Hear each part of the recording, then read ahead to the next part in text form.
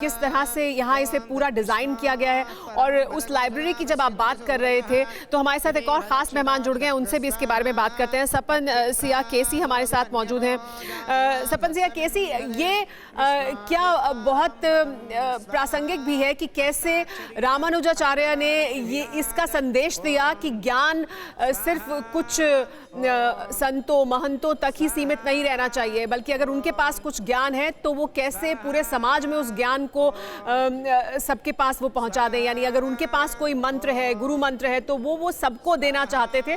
और यहीं से उन्होंने शुरुआत की थी कि कैसे समाज में वो समानता लाएं, कि वो सिर्फ एक्सक्लूसिव उनके पास वो जानकारी, वो नॉलेज नहीं रहेगी, बल्कि वो सबको वो देना चाहते थे। तो जब उनकी ये लाइब्रेरी जो उनके जीवन के दर्शन के बारे में बताएगी, तो वहाँ लोगों को ये सब कुछ सीखने को और देखने को मिलेगा।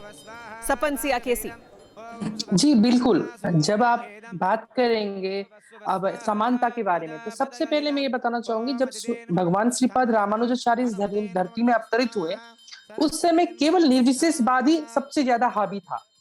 तब जब भगवान श्री रामानुजाचार्य ने दीक्षित होकर दीक्षा लिया और उन्होंने विशिष्टाद्वैतवाद के बारे में प्रचार किया, तो सबसे पहले उन्होंने, मगर महिला होने के नाते भी मैं ये बताना चाहूंगी, महिलाओं को सबसे ज्यादा उन्होंने हक दिया।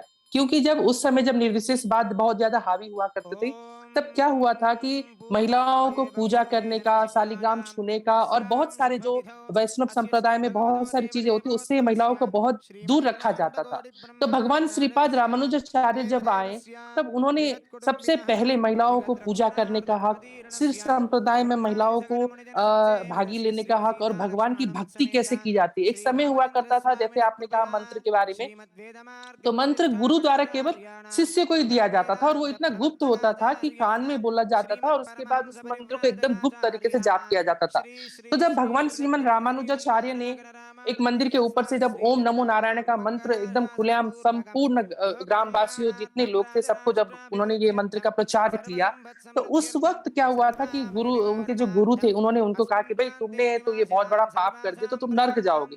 तो भगवान रामानुजाचार्य का जो शब्द थे वो थे कि इतने सारे लोगों का अगर कल्याण करते हुए अगर मुझे नर्क जाना पड़े तो मुझे स्वीकार्य है। और दूसरी बात जो है, भगवान श्री रामानुजाचार्य ने, जैसे आज स्टैचू ऑफ इक्वालिटी की बात कर रहे, तो इक्वालिटी की सम्मान धारा ये था, जब निर्विशेषवाद में बहुत सारे रूढ़िवाद चीज थे कि आप ये कर सकते हो, ये नहीं कर सकते हो। भगवान श्रीमान रामानुजाचार्य ने क्या किया कि भक्ति की जो मार्ग है, भक्ति मार्ग जो विशिष्टाद्वैतवाद में उन्होंने श्री भाष्य लिखा था और उसके बाद वेदांत मार्ग में जितने भी उन्होंने पद या जितने भी श्लोक लिखे थे, जितने भी काव्य लिखे थे, उन्होंने भक्ति मार्ग में सब जीव, भक्ति मार्ग के लिए सब जीव होते हैं, सबके लिए हैं, एक समान सबके लिए, चाहे ऊंची जात नीच जात, उस समय जैसे सबको पता है कि जातिवाद कितनी होती थी, उन सब को दूर करके भगवान रामानुजाचार्य ने सबको एक साथ ले आया। और सबसे बड़ी बात, जब आज हम लोग में से कोई वहां जाएंगे स्टैचू ऑफ इक्वालिटी देखने और लाइब्रेरी की बात करने, तो उस लाइब्रेरी में जाके हमें पता चलेगा कि भगवान रामानुजाचार्य का त्याग कितना था, इतना त्याग था उनका। उन्होंने जीव कल्याण के लिए, उन्होंने मानव कल्याण मात्र के लिए अपनी संपूर्ण, जब 120 साल वो जब धरा में रहे, पूर्ण 120 साल उन्होंने मानव कल्याण के लिए, जीव कल्याण के लिए ही लगाया। और दूसरी बात मैं यहाँ आपको कहना चाहूंगी, जो एक जी बिल्कुल, मतलब मैं वापस आऊंगी आपके पास, आपसे और भी बात करेंगे, लेकिन जाहिर सी बात है ये सभी संदेश जब यहाँ पर लोग पहुंचेंगे तो उन्हें देखने को मिलेगा। दिनेश भी हमारे साथ लगातार बने हुए हैं। और दिनेश, आप सवाल लेना चाहते हैं जगत गुरु से, पूछें। जी, और जगत गुरु हमारे साथ जुड़े हुए हैं। जगत गुरु की और प्रतिवाद भयंकर की उपाधि जिनके पास है, स्वामी वासुदेवाचार्य, वो हमारे साथ इस वक्त मौजूद हैं। तो ये हमारा अहोभाग्य है कि इस मौके पर हम उनसे बात कर पा रहे हैं। वसंत पंचमी पर आपको सादर प्रणाम गुरुदेव। और मैं ये जानना चाहता हूँ ख़ास तौर से कि इक्वलिटी को लेकर कोशिशें, समता को लेकर कोशिशें हमेशा से हुई हैं, समाज ने की हैं। अब तो हमारे संविधान का भी ये मौलिक अधिकारों का एक हिस्सा है, लेकिन समता फिर भी उतना एक्सेप्टेबल और नीचे जड़ों तक क्यों नहीं जा पाया? और अब क्या इस तरीके से, क्या ये आसानी से ज़्यादा लोगों तक पहुंचेगा और लोग समझ पाएंगे समता का महत्व? और क्या ये सार्थक होगी कोशिश जो यहाँ से की जा रही है? धन्यवाद। मेरा तो एक सबसे महत्वपूर्ण मानना ये है कि ये समता का जो सिद्धांत है, आचार्य समता के रूप में इसको स्वीकार करते हैं। आचार्यों के प्रवाह के साथ चलने वाले कुछ और भी आचार्य होते हैं, वो भी कुछ स्वीकार कर लेते हैं। लेकिन गांवों में, क्षेत्रों में जो बड़े बड़े जमींदार हैं, बड़े बड़े तालुकेदार हैं, बड़े बड़े ठाट बाट से रहने वाले लोग हैं, वो समाज के उस निम्न वर्ग को जिस तरह से आचार्य उसको स्वीकार करने के लिए आगे बढ़ते हैं, वही लोग जल्दी नहीं आ पाते हैं।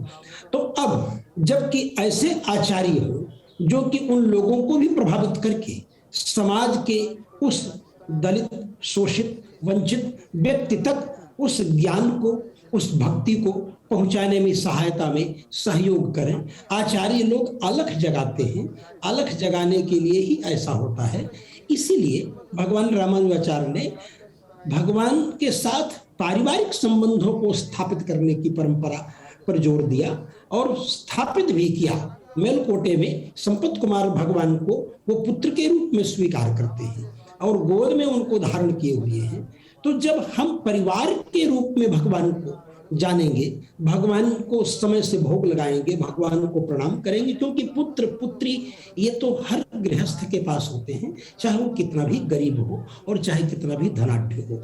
तो इस रूप से, भावना के साथ, विनम्रता के साथ भगवान रामानुजाचार्य ने लोगों को जोड़ा। परवाह देश की, सोमवार से शुक्रवार रात 10 बजे TV9 भारतवर्ष पर।